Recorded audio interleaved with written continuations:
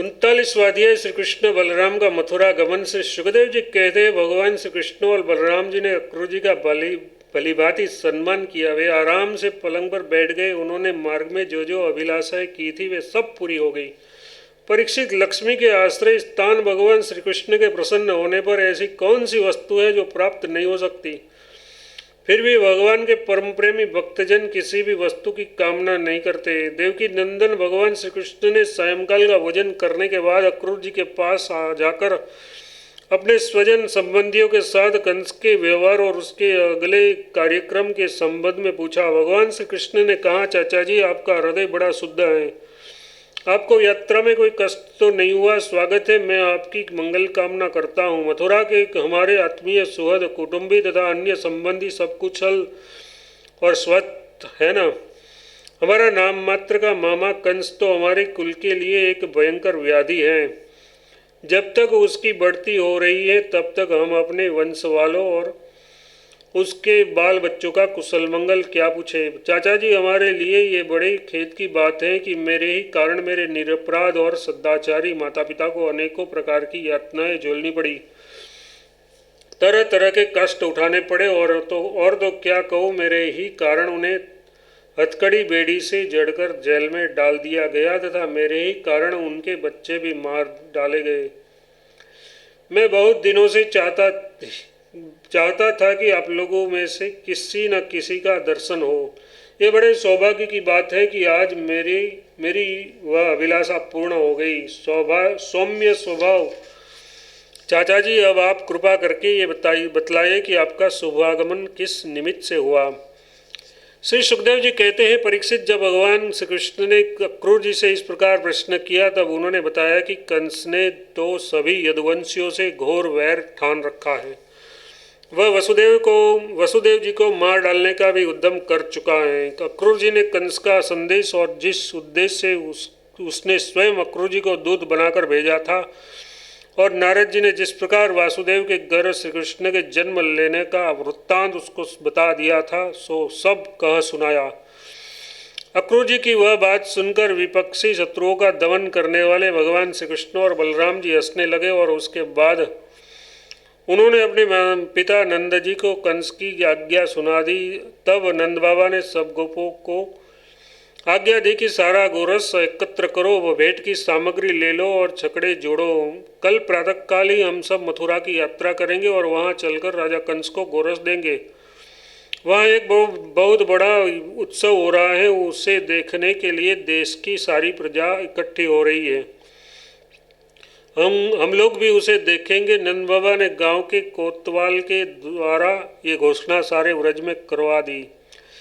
परीक्षित, जब गोपियों ने सुना कि हमारे मनमोहन, श्याम सुंदर और गौर सुंदर बलराम जी को मथुरा ले जाने के लिए अक्रूर जी व्रज में आए हैं, तब उनके हृदय में बड़ी व्यथा हुई। वे व्याकुल हो गई। भगवान श्री कृष्ण के मथुरा जाने की बात सुनते ही वो बहुतों के हृदय में ऐसी जलन हुई कि गर्म सांस चलने लगी, मुख कमल कुम्हला गया और बहुतों की ऐसी दशा हुई कि वे इस प्रकार अचेत हो गई कि उन्हें खिसकी हुई ओढ़नी, गिरते हुए कंगन और ढिले हुए जूड़ों तक का पता न लग रहा। भगवान के स्वरूप का ध्यान आते ही बहुत सी गोपियों की चित्त वृत्तियाँ सर्वथा निवृत्त हो गई, मानो वे समाधिस्थ आत्मा में स्थित हो गई और उन्हें अपने शरीर और संसार का कुछ ध्यान ही न रहा।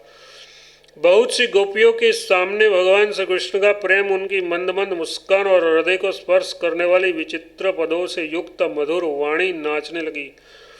वे उसमें तल्लीन हो गई, मोहित हो गई। गोपियाँ मन ही मन भगवान की लटकली चाल, भावभंगी, प्रेम भरी मुस्कान, चितवन, सारे शोक को मिटा देने वाली ठठोलिया तथा उदारता भरी लीलाओं का चिंतन करने लगी और उसके विरह में भय से कातर हो गई। उनका हृदय, उनका जीवन, सब कुछ भगवान के प्रति समर्पित था। उनकी आंखों से आंसू बह रहे थे। वे झुंड की झुंड इकट्ठी होकर इस प्रकार कहने लगी। गोपियों ने कहा, धन्य हो विधाता, तुम सब कुछ विधान तो करते हो, परंतु तुम्हारे हृदय में दया का लेस भी नहीं है। पहले तो तुम सौहार्द और प्रेम से जगत के प्राणियों को एक दूसरे के साथ जोड़ देते हो, उन्हें आपस में एक कर देते हो, मिला देते हो, परंतु अभी उनकी आशा अभिलाषाएं पूरी भी नहीं हो पाती। वे तृप्त ही नहीं हो पाते ही कि तुम उन्हें व्यर्थ ही अलग अलग कर देते हो। सच है तुम्हारा ये खिलवाड़ बच्चों के खेल की तरह व्यर्थ ही है। ये कितने दुख की बात है विधाता, तुमने पहले हमें प्रेम का वितरण करने वाले श्याम सुंदर का मुख कमल दिखलाया। कितना सुंदर है वह, काले काले घुंघराले बाल कपोलों पर झलक रहे हैं। मरकत मणि से चिकने सुदिग्ध कपोल और तोते की चोंच सी सुंदर नासिका तथा अधरों पर मंद मंद मुस्कान की सुंदर रेखा जो सारे शोकों को तत्क्षण भगा देती है। विधाता, तुमने एक बार तो हमें वह परम सुंदर मुख कमल दिखाया और अब उससे ही हमारी आंखों से ओझल कर रहे हो। सचमुच तुम्हारी ये करतूत बहुत ही अनुचित है। हम जानती हैं उसमें अक्रूर का दोष नहीं है, ये तो साफ तुम्हारी क्रूरता है। वास्तव में तुम ही अक्रूर के नाम से यहाँ आए हो और अपनी ही दी हुई आंखें तुम हमसे मूर्ख की भांति छीन रहे हो। इनके द्वारा हम श्याम सुंदर के एक एक अंग में तुम्हारी सृष्टि का संपूर्ण सौंदर्य निहारती रहती थी। विधाता तुम्हें ऐसा नहीं चाहिए। ओह नंद श्याम सुंदर को भी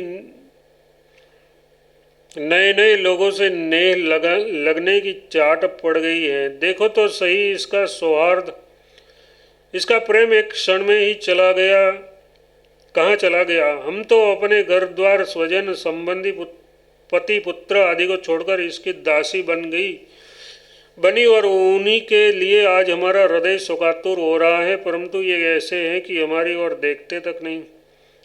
आज की रात का प्रातःकाल मथुरा की स्त्रियों के लिए निश्चय ही बड़ा मंगलमय होगा। आज उनकी बहुत दिनों की अभिलाषाएं अवश्य ही पूर्ण हो जाएगी, जब हमारे व्रजराज श्याम सुंदर अपनी तिरछी चितवन और मंद मंद मुस्कान से युक्त मुखारविंद का मादक मधु वितरण करते हुए मथुरापुरी में प्रवेश करेंगे। तब वे उसका पान करके धन्य धन्य हो जाएगी। यद्यपि हमारे श्याम सुंदर धैर्यवान होने के साथ ही नंद बाबा आदि गुरुजनों की आज्ञा में रहते हैं, तथापि मथुरा की युवतियाँ अपने मधु के समान मधुर वचनों से उसका चित्त बरबस कर अपनी ओर खींच लेगी और ये उनकी सलज्ज मुस्कान तथा विलासपूर्ण भावभंगी से वही रम जाएगी। फिर हम गवार ग्वालों के पास ये लौटकर क्यों आने लगे। धन्य है आज हमारे श्याम सुंदर का दर्शन करके मथुरा के दासा भोज अंधक और वृषिणवंशी यादवों के नेत्र अवश्य ही परमानंद का साक्षात्कार करेंगे। आज उनके यहाँ महान उत्सव होगा। साथ ही जो लोग यहाँ से मथुरा जाते हुए रमा रमण गुणसागर नटनागर देवकी नंदन श्याम सुंदर का मार्ग में दर्शन करेंगे, वे भी निहाल हो जाएंगे। देखो सखी, ये अक्रूर कितना निष्ठुर, कितना हृदयहीन है। इधर तो हम गोपियाँ इतनी दुखित हो रही है और ये हमारे परम प्रियतम नंद दुलारे श्याम सुंदर को ही हमारी आंखों से ओझल करके बहुत दूर ले जाना चाहते हैं और दो बात कहकर हमें धीरज भी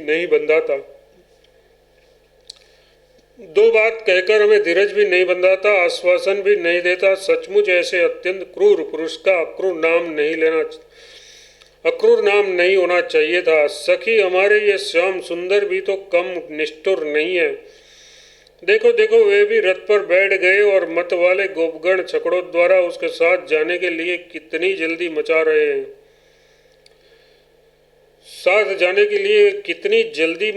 हैं। सचमुच ये मूर्ख हैं और हमारे बड़े बूढ़े, उन्होंने तो इस लोगों की जल्दबाजी देखकर उपेक्षा कर दी है कि जाओ जो मन में आवे करो। अब हम क्या करें। आज विधाता सर्वथा हमारे प्रतिकूल चेष्टा कर रहा है। चलो हम स्वयं ही चलकर अपने प्राण प्यारे श्याम सुंदर को रोकेंगे। कुल के बड़े बूढ़े और स्वजन हमारा क्या कर लेंगे। अरे सखी, हम आधे क्षण के लिए भी प्राणवल्लभ नंद का संग छोड़ने में असमर्थ थी।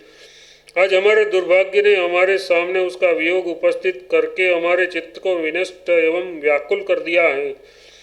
सखियों, जिनकी प्रेम भरी मनोहर मुस्कान, रहस्य की मीठी मीठी बातें, विशाल पूर्ण चितवन और प्रेमालिंगन से हमने रासलीला की वे रात्रियां जो बहुत विशाल थी, एक क्षण के समान बिता दी थी, अब भला उसके बिना हम उन्हीं की दी हुई अपार विहल व्यथा का पार कैसे पाएंगी। एक दिन की नहीं, प्रतिदिन की बात है। सायंकाल में प्रतिदिन वे ग्वाल बालों से घेरे हुए बलराम जी के साथ वन से गौवे चराकर लौटते हैं। उनकी काली काली घुंघराली अलके और गले के पुष्पहार गौवों के खुर की रज से ढके रहते हैं। वे बांसुरी बजाते हुए अपनी मंद मंद मुस्कान और तिरछी चितवन से देख देख कर हमारे हृदय को भेद डालते हैं। उसके बिना भला हम कैसे जी सकेंगी। श्री सुखदेव जी कहते हैं, परीक्षित गोपियां वाणी से तो इस प्रकार कह रही थी, परंतु उसका एक एक मनोभाव भगवान श्री कृष्ण का स्पर्श, उनका आलिंगन कर रहा था। वे विहर की संभावना से अत्यंत व्याकुल हो गई और लाज छोड़कर हे गोविंद, हे दामोदर, हे माधव इस प्रकार ऊंची आवाज से पुकार पुकार कर सुलज्जित स्वर से रोने लगी। गोपियां इस प्रकार रो रही थी। रोते रोते सारी रात बीत गई। सूर्योदय हुआ। अक्रूर जी संध्या वंदन आदि नित्य कर्मों से निवृत्त होकर रथ पर सवार हुए और उसे हाँकले चले। नंद बाबा आदि गोपों ने भी दूध, दही, मक्खन, घी आदि से भरे मटके और भेंट की बहुत सी सामग्रियां ले ली तथा वे छकड़ों पर चढ़कर उसके पीछे पीछे चले। इस प्रकार इस समय अनुराग से रंग में रंगी हुई गोपियां अपने प्राण प्यारे श्री कृष्ण के पास गई और उसकी चितवन, मुस्कान आदि निरख कर कुछ कुछ सुखी हुई। अब वे अपने प्रियतम श्याम सुंदर से कुछ संदेश पाने की आकांक्षा से वहीं खड़ी हो गई।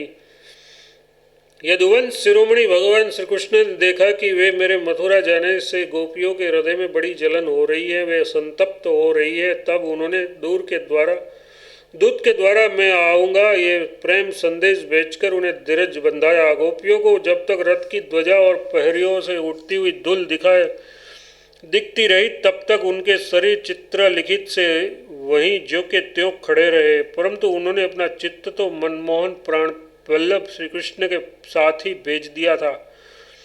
अभी उनके मन में आशा थी कि शायद श्री कृष्ण कुछ दूर जाकर लौट आए, परंतु जब नहीं लौटे तब वे निराश हो गई और अपने अपने घर चली आई।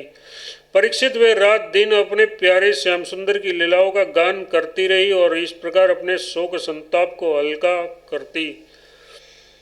परीक्षित इधर भगवान श्री कृष्ण भी बलराम जी और अक्रूर जी के साथ वायु के समान वेग वाले रथ पर सवार होकर पापनाशिनी यमुना जी के किनारे जा पहुँचे। वहाँ उन लोगों ने हाथ मुंह धोकर यमुना जी का मरकत मणिश के समान नीला और अमृत के समान मीठा जल पिया। उसके बाद बलराम जी के साथ भगवान वृक्षों के जुरमुट में खड़े रथ पर सवार हो गए। अक्रूर जी ने दोनों भाइयों को रथ पर बैठाकर उससे आज्ञा ली और यमुना जी के कुंड मतलब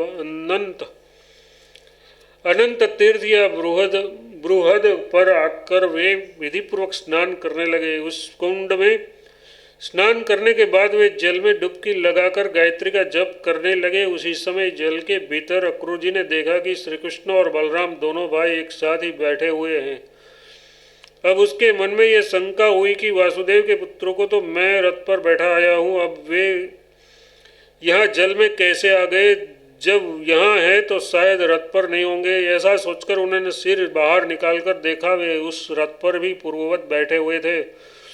उन्होंने ये सोचकर कि मैंने उन्हें जो जल में देखा था वह भ्रम ही रहा होगा, फिर डुबकी लगाई, परंतु फिर उन्होंने वहाँ भी देखा कि साक्षात आनंद देव श्री शेष जी विराजमान है और सिद्ध चारण गंधर्व एवं असुर अपने अपने सिर झुकाकर उनकी स्तुति कर रहे हैं। शेष जी के 1000 सिर हैं और प्रत्येक सिर पर मुकुट सुशोभित है। कमलनाल के समान उज्ज्वलित शरीर पर नीलांबर धारण किए हुए हैं और उनकी ऐसी शोभा हो रही है मानव सहस्त्र शिखरों से युक्त श्वेतगिरी कैलाश शोभायमान हो। अक्रूर जी ने देखा कि शेष जी की गोद में श्याम मेघ के समान घनश्याम विराजमान हो रहे हैं।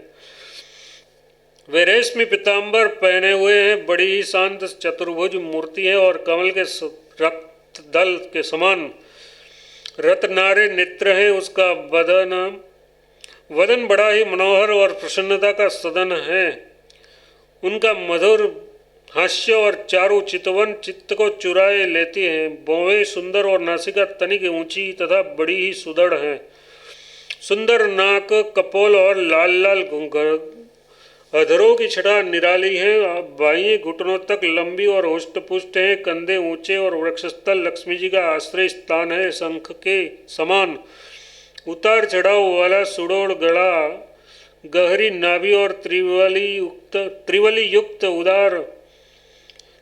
युक्त उदर पीपल के पत्ते के समान शोभायमान है। स्थूल कटि प्रदेश और नितंब हाथी की सुंड के समान जांघे, सुंदर घुटने एवं पिंडलियां हैं। एड़ी के ऊपर की गांठें उभरी हुई है और लाल लाल नखों से दिव्य ज्योतिर्मयी किरणें फैल रही हैं।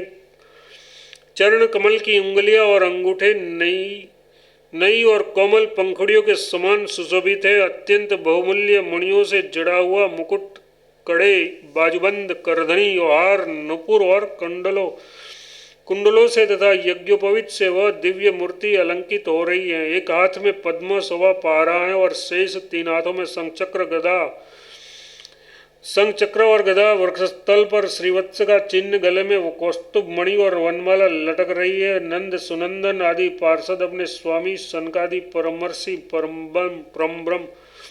परब्रह्म ब्रह्मा, महादेव आदि देव, सर्वेश्वर, मरीचि आदि नवब्राह्मण, प्रजापति और प्रहलाद, नारद आदि भगवान के परम प्रेमी भक्त तथा 8 वसु अपने परम प्रियतम भगवान समझकर भिन्न भिन्न भावों के अनुसार निर्दोष वेदवाणी से भगवान की स्तुति कर रहे हैं। साथ ही लक्ष्मी, पुष्टि, सरस्वती, कांति, कीर्ति और तुष्टि मतलब यथार्थ ऐश्वर्य, बल, ज्ञान, श्री, यश और वैराग्य, ये षडेश्वर रूप और शक्तियाँ, ईला मतलब संधिनी रूप पृथ्वी शक्ति, ऊर्जा मतलब लीला शक्ति, विद्या अविद्या मतलब जीवों के मोक्ष और बंधन में कारण रूप बहिरंग शक्ति, हार्दिनी सवीर्त मतलब अंतरांग शक्ति और माया आदि शक्तियाँ मूर्तिमान होकर उनकी सेवा कर रही हैं। भगवान की ये झांकी निरखकर अक्रूर जी का हृदय परमानंद से लबालब भर गया। उन्हें परम भक्ति प्राप्त हो गई। सारा शरीर हर्षावेश से पुलकित हो गया। प्रेम भाव का उद्वेग होने से उनके नेत्र आंसू से भर गए। अब अक्रूर जी ने अपना साहस बटोरकर भगवान के चरणों में सिर रखकर प्रणाम किया और वे उसके बाद हाथ जोड़कर बड़ी सावधानी से धीरे धीरे गदगद स्वर से भगवान की स्तुति करने लगे।